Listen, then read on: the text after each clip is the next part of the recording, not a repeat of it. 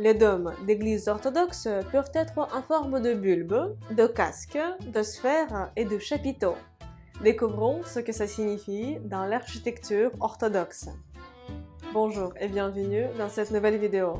Aujourd'hui, nous allons parler de la signification de la forme de dôme d'église orthodoxe. Abonnez-vous à ma chaîne YouTube si ce n'est pas encore fait, suivez-moi sur mes réseaux sociaux, mettez des pouces en l'air et nous passons au vif du sujet. Le saviez-vous, les dômes d'église orthodoxes peuvent être non seulement en bulbe, mais également en forme de chapiteau, de casque ou de sphère. Dans cette vidéo, nous allons découvrir leurs différences et leur signification.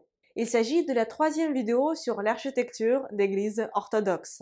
Dans les deux vidéos précédentes, nous avons parlé de la signification de la couleur et de la quantité de dômes d'église orthodoxe. Les plus connus et les plus répandus, ce sont les dômes en bulbe. En l'occurrence, lorsqu'on évoque une église orthodoxe, c'est cette forme de dôme qui nous vient la première à l'esprit. À votre avis, que peuvent signifier les dômes en bulbe? Dans l'architecture orthodoxe, les dômes en bulbe incarnent la prière et symbolisent une aspiration vers le ciel. En outre, les dômes en bulbe font penser à la flamme d'une bougie, qui symbolise à son tour la lumière du Christ, qui éclaire tout homme, qui renouvelle l'espoir et console les croyants. Les dômes en bulbe sont particulièrement caractéristiques de l'architecture russe du XVIe et du XVIIe siècle. Il faut également distinguer des dômes en bulbe, ceux en sphère et en casque, qui peuvent se ressembler au premier abord. Alors, si nous regardons attentivement ces images, nous pouvons voir clairement la différence entre ces différentes formes de dômes. Le dôme en forme de casque fait référence aux paroles de l'apôtre Paul. Faites aussi bon accueil au casque du salut et à l'épée de l'esprit, c'est-à-dire à la parole de Dieu. Les dômes en casque sont typiques de l'architecture russe pré-mongole, c'est-à-dire avant l'invasion mongole au XIIIe siècle.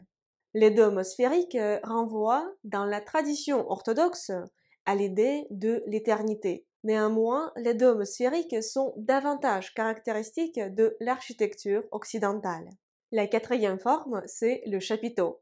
Dans l'architecture orthodoxe, le chapiteau fait l'office de dôme traditionnel de forme arrondie. Ainsi, le chapiteau fait référence à l'image de la Vierge Marie et de la lumière du ciel.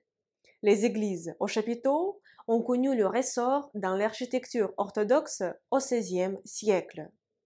À cette époque, les églises au chapiteau étaient généralement construites en bois, car il était trop difficile de reproduire cette forme en pierre, surtout avec les moyens dont disposaient des architectes à cette époque-là. Maintenant, vous savez distinguer différentes formes de dômes d'églises orthodoxes. Merci beaucoup d'avoir regardé cette vidéo. J'espère qu'elle vous a plu. Si c'est le cas, mettez s'il vous plaît un petit pouce en l'air. C'est très important pour moi et pour les algorithmes de YouTube. Vraiment, c'est très important. Mettez-le maintenant s'il vous plaît. Laissez aussi des commentaires et suivez-moi sur mes réseaux sociaux parce que j'y publie tous les jours, vraiment tous les jours, du contenu sur le russe et sur la Russie.